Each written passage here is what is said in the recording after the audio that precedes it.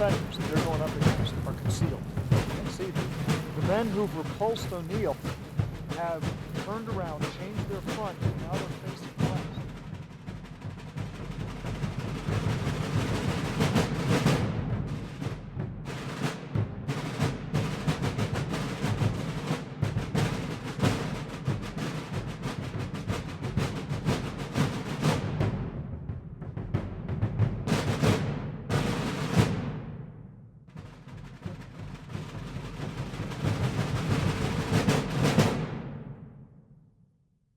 It was about 12 noon on the 1st at Robert Rhodes' division. He's got about 8,000 men. He's going to come down from the north, from Carlisle. He's going to bump into some of Buford's cavalry on a ridge called, or actually it's called Keckler's Hill, but it's a ridge. He's going to veer off to his right and move down along what they call the Hare's Ridge Road, because he's coming down towards A.P. Hill's corps, and he's going to move right down and occupy this ground. Let's take a look out here. And look at this, what he's got. This is what he sees. This is what he sees. This is he's got the whole battlefield in front of him. He's got a panorama of the field. And what he's inadvertently come upon by masking his march along the road behind Seminary Ridge, the Union troops can't see him coming in and trying to connect with Hill's left. He's come in on the right flank of the Union First Corps. And this is really a key position on the first day. Well, this was Doubleday's worst fear, because Doubleday saw this high ground up here.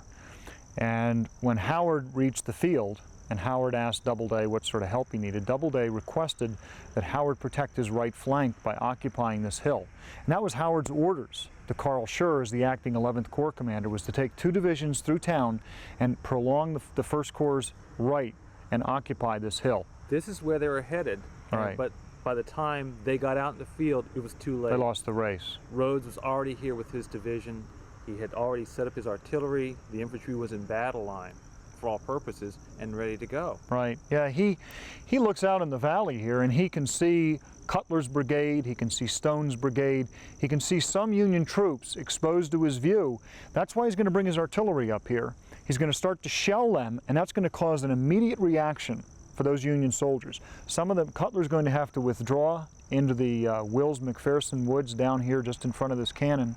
And Stone is going to have to try to conceal his men as best as he can around the McPherson barn and house, which no longer stands, and in along the the Chambersburg Road, which had a ditch along the side of it. He'll lay his men down in the ditch to try to protect them. But what is now happening to the First Corps is you've got Confederate artillery from Hare's Ridge firing from A.P. Hill's 3rd Corps, and now we've got Rhodes' division and his artillery. So you got artillery firing in 2 directions on the First Corps. Enfilade. Yeah. The ground here has changed very little, actually, from 1863. The small road here, the Mumminsburg Road, that runs out of Gettysburg, right out here in front of us was the Forney farm. Now, Forney was a fairly prosperous farmer, and this hillside was actually covered in trees. There were peach and apple trees. It was quite an expansive orchard. And in a way, this masked Rhodes' artillery as the batteries pulled into position and the gunners handled their guns and pushed them forward. And it also masked some of the infantry as they came into battle line from their column and began their assaults that afternoon. Yeah, and the bad news for the First Corps is that Rhodes' division was the biggest division in the Confederate Army. He had almost 8,000 men. And as he gets up on the hill and he looks down in front of him, he can see some Union troops, not a lot, but he can see where the Union forces are who are opposing General Heath and Pender and A.P. Hill's 3rd Corps. But he knows he's on their right. He also can see the 11th Corps coming out in the valley below, north of Gettysburg. So he's going to take one of his best brigades, commanded by Colonel George Doles, and put them down in the valley. And Doles' job is kind of to hold the 11th Corps at bay, keep those guys back, protect Rhodes' left flank, and then he'll array to confront the 1st Corps, the Alabama Brigade, which Rhodes used to command, commanded by Colonel Edward O'Neill. And over in this direction will be a North Carolina Brigade, commanded by General Alfred Iverson, which is another veteran organization. Backing them up is a relatively inexperienced unit, a North Carolina Brigade commanded by Junius Daniel, which is over 2,000 men.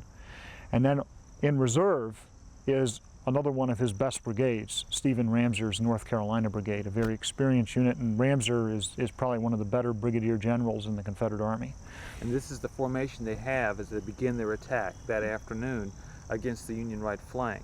But by this time, Doubleday has been able to extend his right with Baxter's brigade coming out here onto the extension of Seminary Ridge, actually now turning into Oak Ridge as it approaches Oak Hill. And it's from that position that Rhodes really will have the majority of his problems before he can even reach the railroad cut and the Chambersburg Road at the center. Yeah, and the problem Rhodes has, again, these men don't have books that tell him what everybody's trying to do, and sometimes they misunderstand the movements.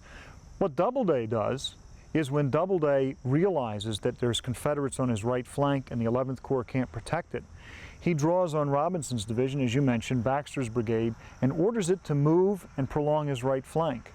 Well, when they reach the edge of that woods and start to move out and drive in Rhodes' skirmish line, Rhodes misinterprets that they're going to attack him, and he decides to preempt their attack by attacking the Federal forces in front.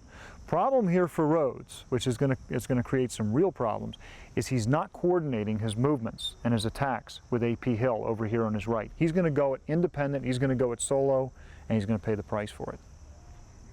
It's about 1:30 in the afternoon, and Rhodes begins his attack against Cutler and actually the 1st Corps right down here. It's really just about a half hour or so before Hill is going to even initiate his attack against the 1st Corps down the McPherson farm. Rhodes begins the assault, and Iverson lines his men up. The 5th North Carolina is on the left of the brigade. The 12th is on the right, with the 20th and the 23rd sandwiched between the two. And they begin their assault. They kick off, and they pass the Forney buildings, which stood right here. The house was right by the road where that solitary tree is. Right. They're coming up right behind us here. And wasn't it the left of the brigade? Brushed along the buildings. There's 1,500 soldiers stretching out in a double line of battle. File closers behind it, moving in this direction. Their belief is that O'Neill's brigade is over here on their left. You could hear firing over there. O'Neill is attacked very half-heartedly and been very easily repulsed. O'Neill only has 3 regiments in his line, and he makes a fatal mistake by not going in with his regiments and getting in close enough to see what the situation is. And it's surprising, his regiments are fairly easily repulsed, I think because it was poor organization and poor directions to exactly what they were supposed to accomplish. Right. And what Iverson's men can't see at this point is that all the Union defenders that they're going up against are concealed. They can't see them. The men who've repulsed O'Neill have turned around, changed their front, so now they're facing west. And they're behind a low stone wall. They're lying down. They've concealed their colors, folded their colors, or laid their colors down and concealed them. And they're waiting for Iverson's men who are advancing towards them. And these are New York, Pennsylvania regiments. It's not only Baxter's men, but Cutler's men are also in the McPherson woodlot, which is just to the south of Baxter's position.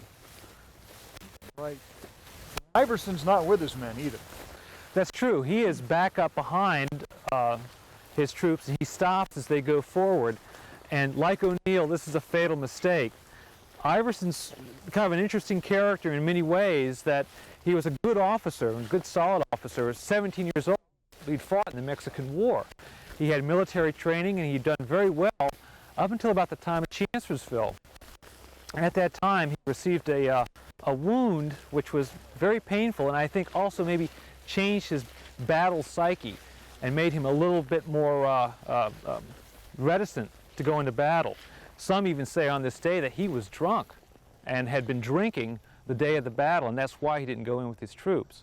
But it's a fatal mistake, and I think part of the problem with the brigade going in, they did not have the brigadier close by to direct their movement. He's their leader. Exactly what. Right, he's their leader, and the leader, if the leader's not going with you, these are volunteer soldiers, if the leader's not going with you, you're in bad shape. Yeah. You're in bad trouble. Yeah. Well, you know, and that you bring up another interesting point when you talk about Iverson's psyche. I mean, a lot of these soldiers in the 19th century, this Victorian era, they have the same fears that we have got today, but they can't display those fears like people can today. So they have to conceal them in certain ways. And I think with some of these men, they reach a point where there's nothing left. They can't give anymore. And that's when the soldiers in the Civil War say they show the white feather. Or another common thing is that the officer was drunk. They always say he was drunk if he didn't perform well. And it was an easy excuse, too. I think it was a palatable excuse.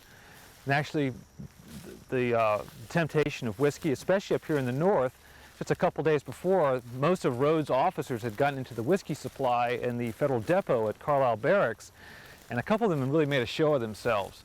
So doubtless, even a couple days later, they're maybe still feeling somewhat of the effects of that.